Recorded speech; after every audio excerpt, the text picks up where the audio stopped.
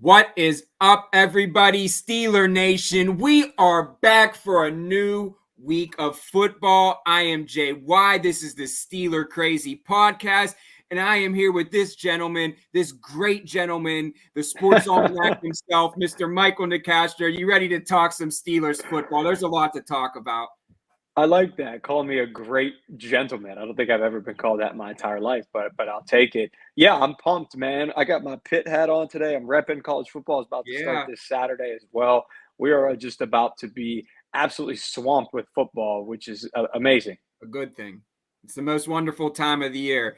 So on that note, drum roll, please. Sammy, bring us in.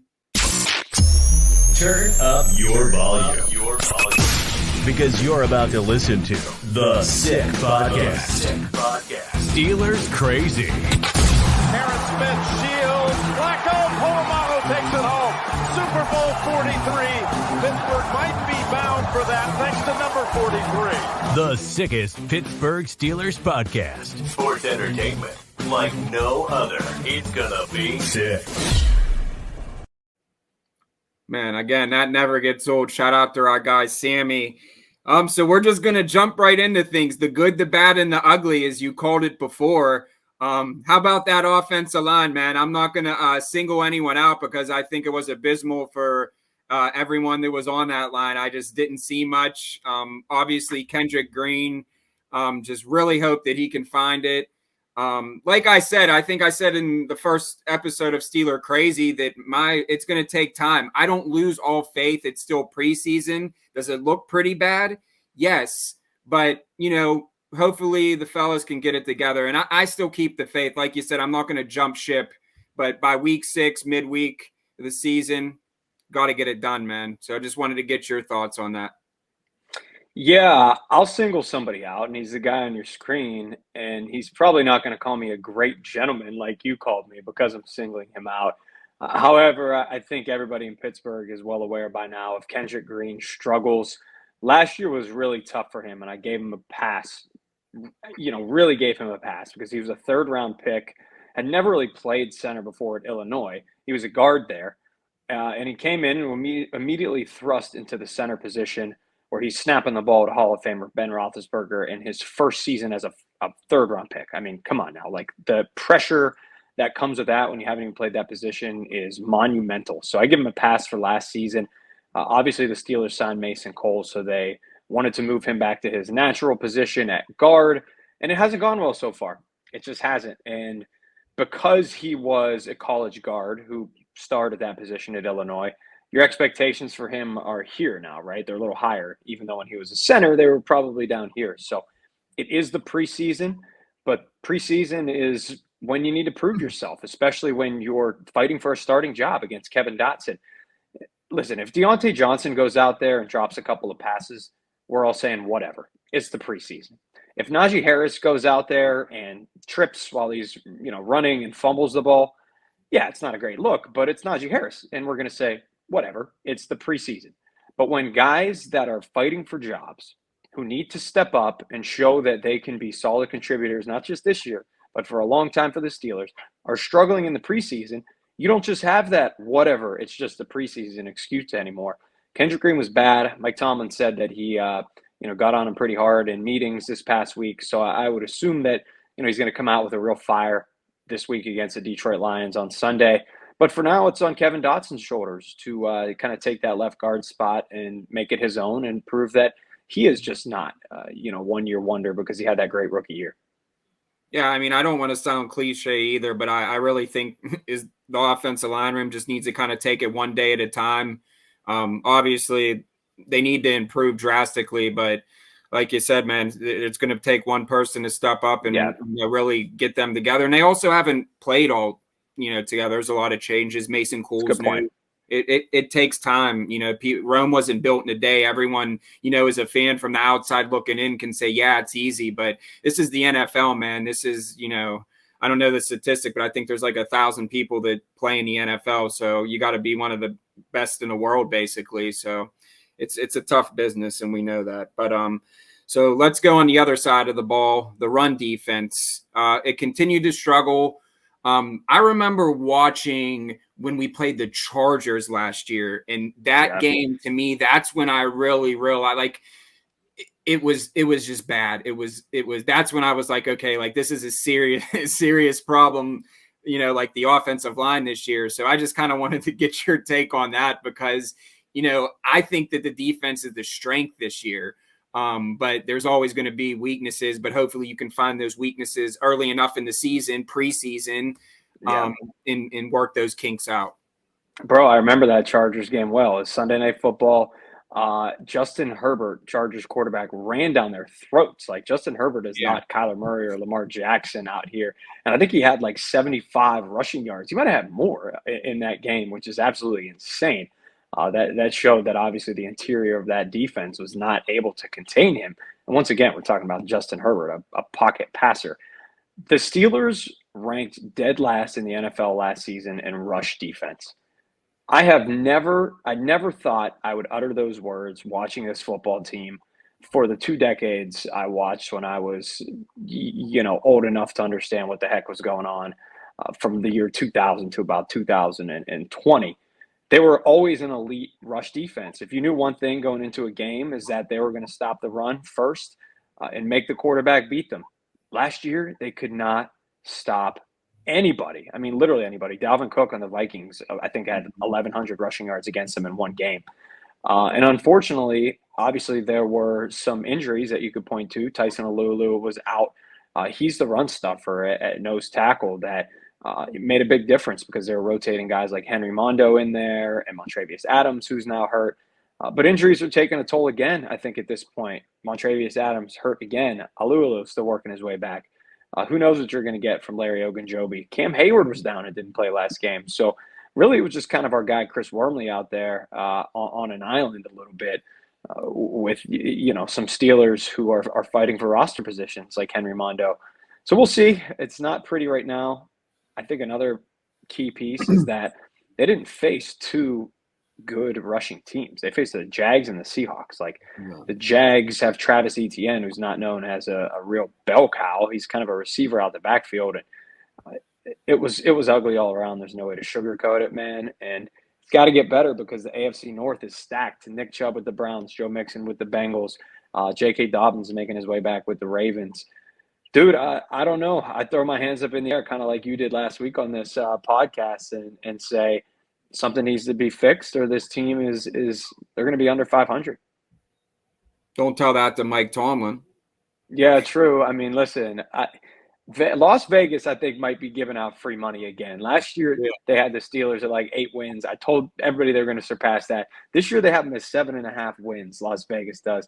Do they not know who Mike Tomlin is? All this guy does is find ways to get over 500. Some people would be like, yeah, that sucks. He needs to win more Super Bowls. But he's always in it until the end. Take your free money at Vegas. Hammer the Steelers over 7.5 wins. He's going to find a way. The team is better, I think, than last season. But we'll get into that another time. Yeah, also make sure you put in Chris Wormley over 10 sacks because he confirmed that at training camp with me. So I have the faith. So let's move on to another shining star of the Steelers, Mr. Kenny Pickett, our guy. I mean, is this going to be like a storybook like Pittsburgh? It's just honestly everything, being a Pitt guy, I'm just so happy just watching him grow. But I mean, the dude just goes out there and does he have ice in his veins like Joe Burrow? He just seems so cool, calm, and collective, and everyone in the locker room just speaks so highly of him, how he carries himself. I mean, it's just so easy to root for this kid. And, I know that we can go back and forth. I think that Mitch is going to start the season, but I think that they're going to have Mitch on a short leash. I say week 5, I think Pickett takes over. I tell you what, I'm repping my Pitt hat, not just because college football is starting soon, but yeah, our boy Kenny Pickett showing his stuff. It feels like a movie script, a Hollywood story, like Vince Papale for the Eagles. Remember that movie Invincible where they threw Mark Wahlberg playing the dude who was a Philly guy his whole life, and then he had a tryout with the Eagles and ended up playing special teams like you. This is a little different. Pickett's not a Pittsburgh guy originally. He's a Jersey guy, but listen, he's a 4-1-2er now. I don't know what you would call a movie if Pickett were to start it, though. Maybe Click It or Pick It or something like that. That's not bad. I'm going to go with that, yeah. All right, we'll Click It or Pick It. Buy your Pickett to a Steeler game. I think that ultimately he is going to be the backup, like we said, entering the season. I think he could go 30 for 30 with 600 yards and 6 touchdowns on Sunday against the Lions, and he would still enter as the backup. Yeah, Trubisky's leash is short. It was always going to be short. I tweeted today that it shouldn't be this huge breaking story that Kenny Pickett is, essentially on Mitch Trubisky's back for that starting spot. That was always going to be the case. It didn't matter if Pickett looked bad and Trubisky looked like Joe Burrow this offseason. They signed Trubisky to be a bridge quarterback. They drafted Kenny Pickett because they knew he was the future, and Trubisky was a bridge quarterback. So that's not going to change. It's just simply not.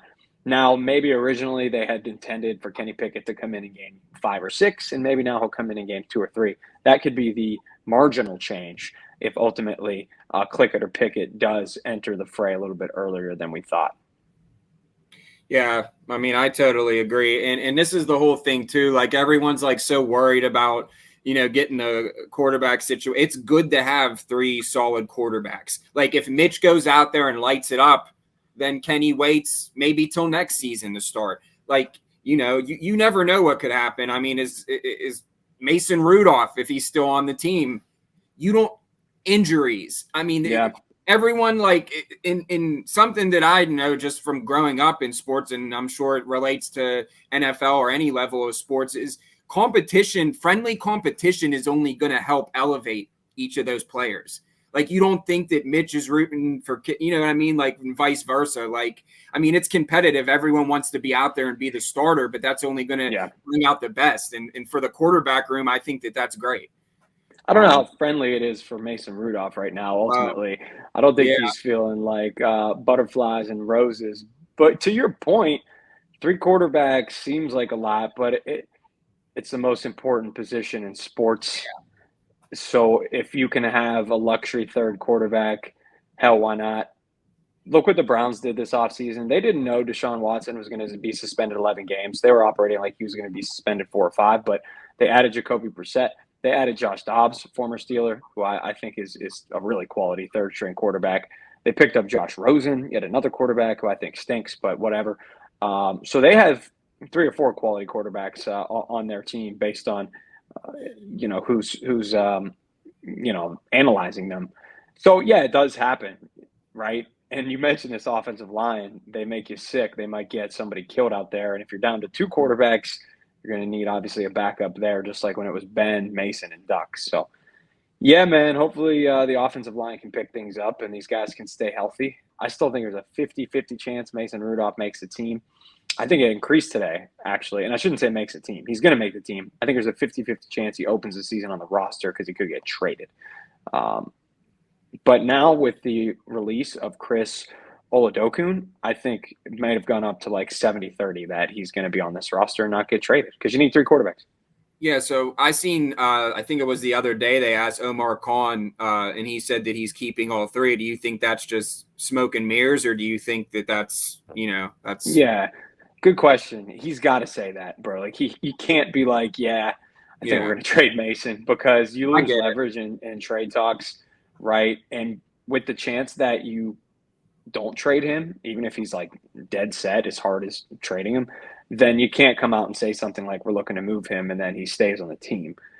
Look what happened with like a Baker Mayfield with Cleveland, right? Like, not that the situations are that comparable, but what are you going to do? Make the guy unhappy and then he's forced to stay with you? Jimmy Garoppolo, another situation. 49ers would love for him to be backing up Trey Lance. I get why he doesn't want to be there, but they kind of ostracized him. The Steelers shouldn't do that with Mason Rudolph. Omar Khan's a smart guy. He knows what he's doing. Wants to create some leverage too there, even if they are trying to trade him, by saying, hey, we're not giving him up. And maybe a team that would have offered a 6th-round pick is now going to be like, let's sweeten the deal. I'm going to throw a 5th-round pick in for Mason Rudolph. Yeah, I like it. So this is the first time that we did this, and this is the first segment of Steelers Stock Up and Stock Down. I feel like Bob Barker. Come on down. So I'm going to name $1, Bob. $1, Bob. Spin the wheel. Spin the wheel. So we're gonna start off. Benny Snell. Oh man, we're starting right on a rough patch. So Benny Snell, it's interesting. Initially, right when the game started, I wanted to say He had a stock up. touchdown.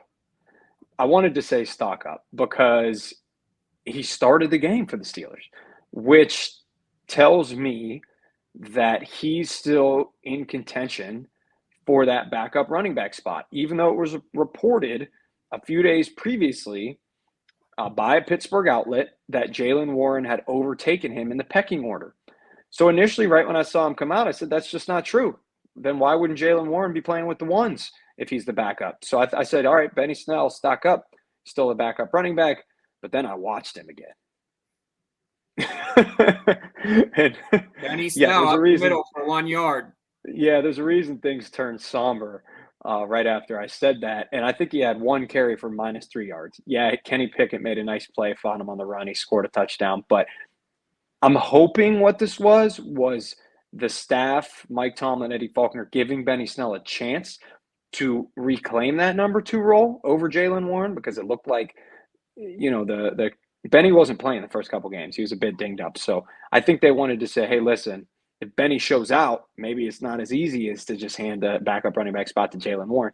He didn't show out. He didn't play well. So I think maybe it was a situation where they now can have a decisive outcome, and Jaylen Warren's going to be the backup. So stock down. Yeah, I agree. And I really do like Jaylen Warren, so I'm hoping that he makes the team. Okay, Miles Jack. This is another interesting one, man. He looked really good. He had that huge hit. And listen, when you're playing with Devin Bush, who's still really struggling right now, it's easy to look good. So I think he was stock up just a little bit. If I had to give a percentage point, I would say like 3%. However, Pro Football Focus gave him like a 46.3 rating, which is just terrible for the game on Saturday, but they're often terrible too. So, no free marketing to PFF. So I think his stock is up a little bit. It was cool to see him playing back against his old team in Jacksonville.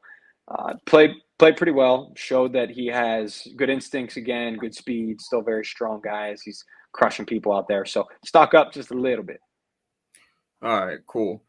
All right, so we're going to go with Canada's own Mapletron, Chase Claypool. Yeah, shout out Toronto, man. Good call there. Hey, Chase Claypool up for me. Wanted to see him healthy. He was. Wanted to see him develop some chemistry with Trubisky. He did on the first series. Really nice catch downfield. I think Chase Claypool is a forgotten man in this offense. Everybody's talking Pickens. Everybody's talking about Deontay Johnson's new contract. Claypool has so much talent. We saw it that first year with Big Ben when he was awesome. Last year, he admitted he was immature, didn't take the game seriously enough. He's going to bounce back, stock up a bigger percentage of Miles Jack. I'll say maybe like 15%. Yeah, I mean, I really think he's a talented individual. I just think that it was all mental last year. So now that he kind of got a few years, it's ready to rock and roll. And then our man, this dude, thankfully, is coming in at the right time, Mr. Mark Robinson. Yeah, man. This is a dude who was drafted late last season, didn't get a chance to make much of an impact on the field because the Steelers had a healthy Devin Bush. They signed Joe Schobert. They were working with Ulysses Gilbert still at the linebacker position. Mark Robinson's getting a chance now, and he's showing out. He's showing out so much that there are some rumblings, at least on social media, which means nothing really, that he's making the seat warm for Devin Bush. And I mean, that would obviously be a fatal blow to Devin Bush if he's replaced. A guy that you traded up for in the draft, 10 spots or whatever, to be replaced by a late round draft pick and Mark Robinson would be a nail in the coffin for him with the Steelers. But the good news is if he has to be replaced, Robinson has looked excellent. If nobody behind Bush or Jack was playing well, then you're a little bit more worried about Devin Bush's status.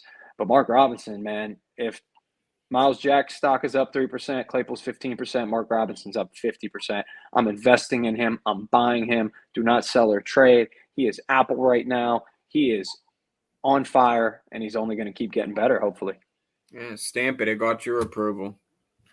So speaking of linebackers, we have a little giveaway that I just wanted to announce. Yep. So the winner of the James Harrison signed football, Stacy Bauer 22. So I'll tag you, and we're linking up with a bunch of places, and there's going to be giveaways every week, and that's what we do. This is for the fans. This is to give our insight, bring you guests, current active Super Bowl winning Steelers on the show, and just break down every week and include you guys and get opinions. So we're really excited for this season. Like I said, this is a new era of Steeler football, life after Ben. This is the Steelers Crazy podcast. It's the #1 podcast ever. Do you have that James Harrison football behind you? You're going to go grab it and show it off to the fans? There we go. See, that's what I'm talking about. Stacy, you got to check this out. Live and live in color. The man, the myth, the legend. Let's see that autograph. There you go. Bring it that way. Showcase it. Give us a Vanna White. You were talking about Bob Barker earlier. Man, that's a great so it's in a case. But, yeah, I mean – and that's the case. Steeler Nation is the best nation, and this is the best.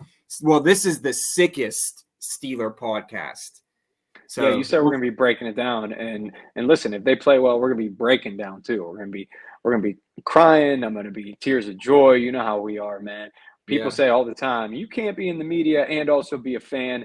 That's a load of crap because listen, we're rooting for these guys as humans. They're our friends. So we're rooting for them to do well. And guess what? When they do well, our clicks are up, our views are up as well. So you're darn right. We're always rooting for the Steelers around here. We're biased media. I don't care what anybody says. Definitely. So we just want to thank you guys and make sure you subscribe. I'm at Jordan York Music. This is Mic'd Up Sports 1. And this is another episode of Steeler Crazy, a sick production. Hey, Sammy, play that awesome thing. And that's a wrap. Hope you don't miss us too much until next time. Follow the Sick Podcast Steelers Crazy on YouTube, Instagram, Facebook, Google Play, and Apple Podcasts.